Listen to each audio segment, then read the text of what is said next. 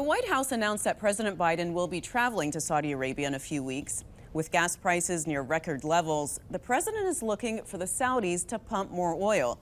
Here to preview that trip is Stephen Cook. He's a senior fellow at the Council on Foreign Relations. Stephen, welcome to the program. It's great to be here. Let's talk about oil and gas prices. How much can Saudi Arabia do to affect the prices Americans are paying at the pump? Well, in theory, Saudi Arabia has the most capacity to produce the most oil at the most price-efficient levels. However, it's the summer in Saudi Arabia, and the Saudis use a significant amount of their own production to air-condition Saudi Arabia, which is in a very hot part of the world. So there are varying projections on what they can do. Some would say that they can put 1 million more barrels on the market, which would do a significant amount to mitigate prices. Some have suggested, including the French president, that the Saudis are almost tapped out, and at most they could do is 150,000 extra barrels a day, which will not make a dent at all in the prices that Americans are paying at the pump. And if they are able to ramp up production, how quickly can they do it, and how quickly will that ripple effect into the markets? Well, in terms of bringing the oil onto the market, there's two problems. One, you have to get it onto the market, and two, Saudi Arabia has an agreement with OPEC and a group called OPEC Plus to slowly increase production during the fall. Whether the president can convince them to break that agreement and flood the market is another story.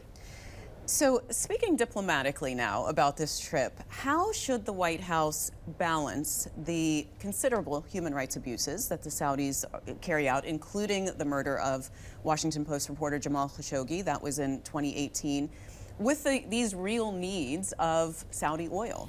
It's very, very hard to balance our values with these very real needs like oil and security in the Middle East.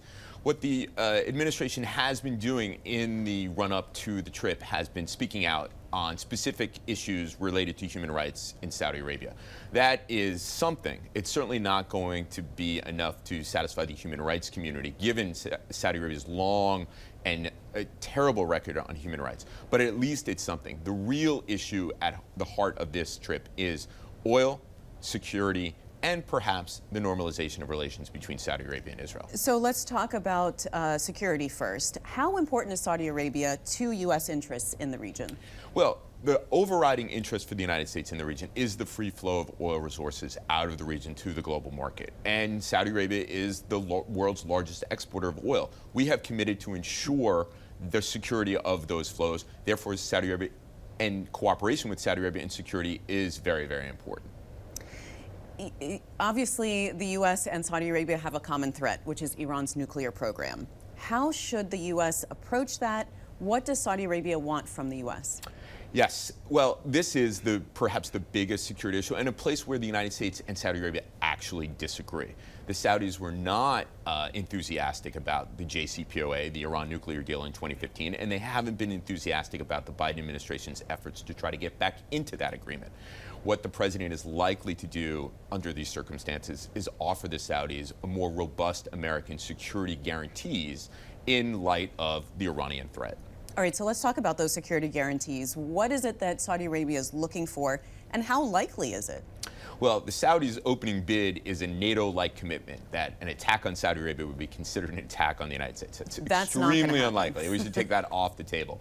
What's more likely to happen is that the United States is going to and is already participating in a regional air defense system that was recently revealed by the Israelis. The Israelis are actually part of this with the United States. That includes the UAE and Bahrain and presumably Saudi Arabia. There's a whole host of other things in terms of the integration of air defense, consultations, training, weaponry that the United States can do to help secure Saudi Arabia. These are things that we're already doing, but the Saudi trust in the American commitment to Saudi security has been frayed over many, many years. What's happening with the war in Yemen and with U.S. arms sales to Saudi Arabia? Well, the good news is that a truce, a ceasefire rather than a truce, was agreed to in early April, and it has held, and it has been renewed, and it gives hope for a diplomatic resolution to the crisis in Yemen.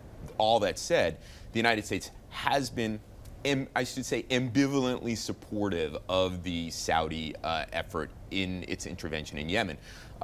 We have provided direct intelligence, weaponry, and of course all of the equipment that Saudi air crews fly are provided by the United States in that effort. So are those arms sales resuming? Do you expect them to? I mean, and how important is that to U.S. businesses? When President Biden came into office, he put a hold on about $500 million worth of equipment to Saudi Arabia that was going to be used in Yemen.